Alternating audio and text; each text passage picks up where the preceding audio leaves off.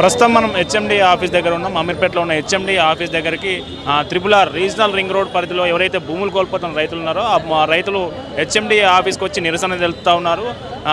Triple-are alignment మార్చాలని కొంతమంది రైతులు చెప్తా ఉన్నారు. కొంతమంది అసలు త్రిపుల్-ఆర్ రోడ్డే వద్దు, త్రిపుల్-ఆర్ మీకైతే ట్రబుల్ మాకు అనే నినాదాలతో ప్లకార్డులు పట్టుకొని వీళ్ళు ఆందోళన వ్యక్తం చేస్తారు. నిజానికి వీళ్ళు భూములు ఇవ్వడానికి ఎందుకు అభ్యంతరం తెలుపుతా ఉన్నారు, వీళ్ళకు ఉన్న అభ్యంతరాలు ఏంటి, ఇట్లాంటి అన్ని అంశాలపై వాళ్ళతో మాట్లాడి తెలుసుకునే ప్రయత్నం చేద్దాం. రీజనల్ రింగ్ రోడ్కి సంబంధించి చౌటుప్పల్లో భూమి కోల్పోతుండపై భూసేకరణ సంబంధించి ఆందోళన నెలకొన్న నేపథ్యంలో అక్కడున్న రైతు ఇక్కడున్న మనతో పాటు ఉన్నారు. నేను అడిగి తెలుసుకునే ప్రయత్నం చేద్దాం.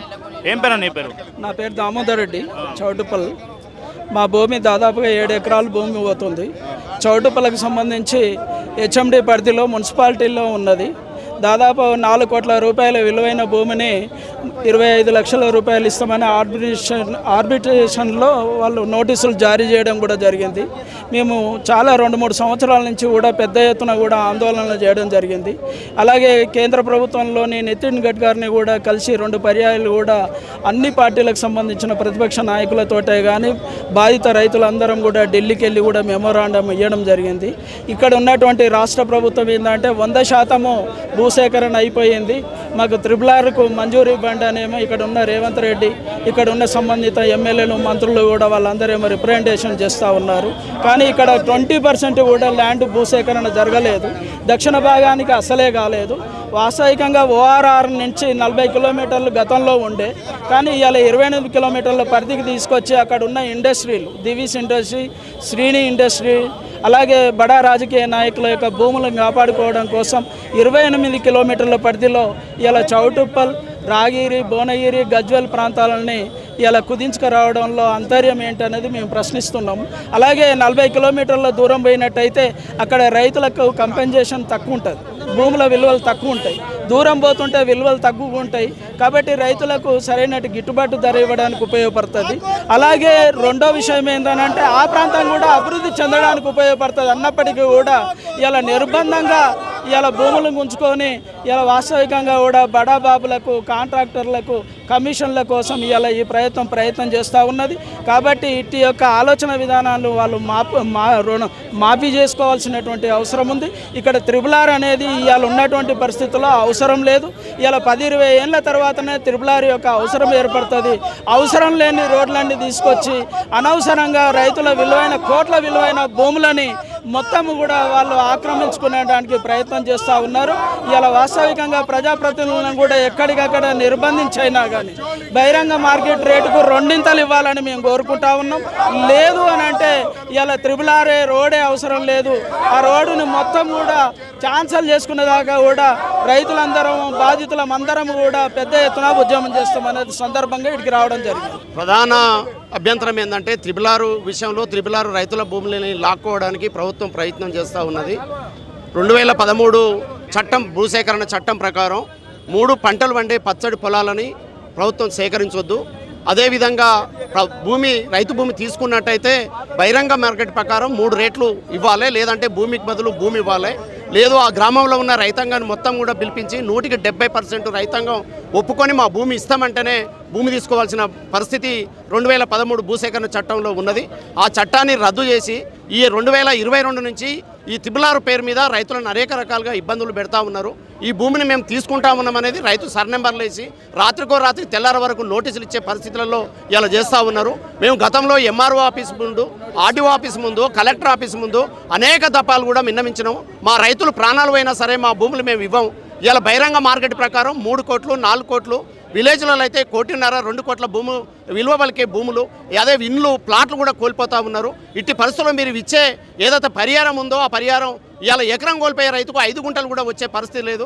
వాళ్ళ తరాల నుంచి వారసత్వంగా వచ్చిన భూములు లాక్కుంటే ఆ పిల్లలకు కానీ రేపు పుట్టబోయే తరానికి ఏమి వారసత్వం చూపిస్తారన్న విధంగా కొంతమంది రైతులు గుండాగిపోయి చనిపోయిన పరిస్థితి ఉన్నది. ఈ భూములు తీసుకోవద్దు.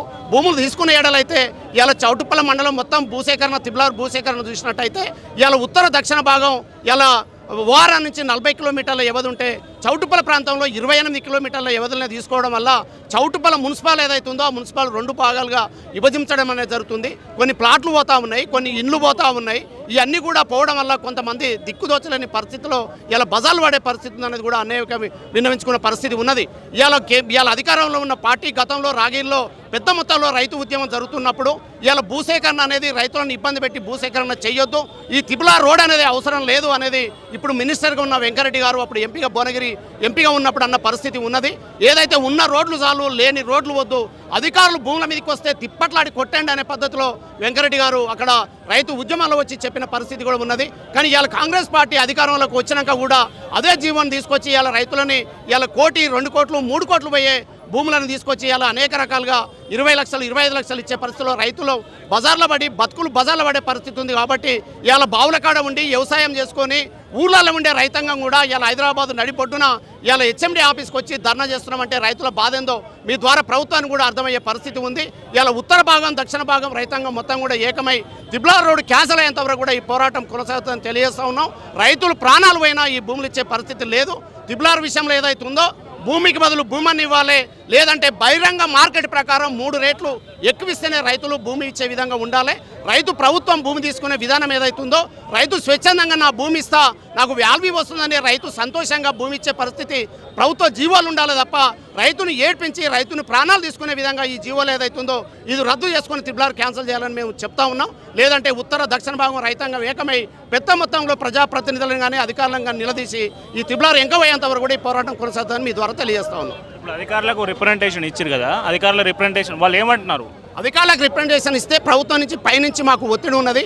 మీరు ఇచ్చే విన్నపం ఏదైతుందో మేము పైకి పంపిస్తూ ఉన్నాం. మేము ఏం చేయలేని పరిస్థితుల్లో అధికారులు మనకు చెప్తా ఉన్నారు. కానీ ఈ ఉద్యమం అధికారులు కూడా వచ్చేటప్పుడు మేము మాట్లాడేటప్పుడు ఇవాళ ప్రజాప్రతినిధులు ఎంపీలు కానీ ఎమ్మెల్యేలు కానీ ఈ రాష్ట్ర ముఖ్యమంత్రి కూడా రైతుల గోస వినాలని కూడా మీ ద్వారా తెలియజేస్తూ ఉన్నాం. ఇవాళ రైతు వేసిన రాజ్యం బాగుపడదు, ఎద్దేడ్చిన వ్యవసాయం బాగుపడదు ఏదైతుందో రైతులను అనేక ఇబ్బందులు పెడుతున్నారు. కాబట్టి ఈ జీవాన్ని ప్రభుత్వం వెనక తీసుకోవాలనేది కూడా మేము డిమాండ్ చేస్తా ఉన్నాం మీ ద్వారా. అమ్మ ఏం పేరు నీ పేరు? ఇష్టమ్మా. ఇష్టమ్మా. ఎక్కడి నుంచి వచ్చినావు? పుట్టపాక అంటే ఎక్కడ ఉంటుంది అది? నారాయణపురం మండలం. నారాయణపురం మండలం. ఇప్పుడు ఈ త్రిపులార్లో ఎంత పోతుంది భూమి? మాది 12 ఎకరాలు పోతుంది. 12 ఎకరాలు.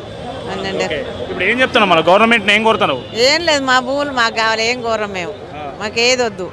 మళ్ళీ రోడ్ వేస్తానంటుంది గవర్నమెంట్. రోడ్ వేస్తా అంటే 40 కిలోమీటర్లు దాటేసి వేసుకోమంటాం. మా భూములు మాకు కావాలి, మాకు ఏది వద్దు. ఎంత ఇస్తా ఉంటుంది గవర్నమెంట్ మీకు? మాకు ఎంత ఇవ్వద్దు, ఎంత ఏమి చెప్పలేదు, ఇచ్చినా మాకేం వద్దు, మా భూములే కావాలి మాకు. ఇప్పుడు మీ భూమి పోతుంది 7 ఎకరాలు 8 ఎకరాలు పోతుంది ఇట్లా అని అధికారులు ఏమైనా నోటీసులు ఇచ్చారా మీకు? ఇవ్వలే ఎవరి. వాళ్ళు ఎట్లా తెలిసింది మీ భూమి పోతుందని? నెంబర్లు చూసిండ్రు పేపర్. ఇప్పుడు ఆఫీసర్ని కలిసి ఆఫీసర్ ఏమన్నాడు? ఇంకేం చెప్పలేగా, కాగితం తీసుకుంటే ఏం చెప్పలేదు.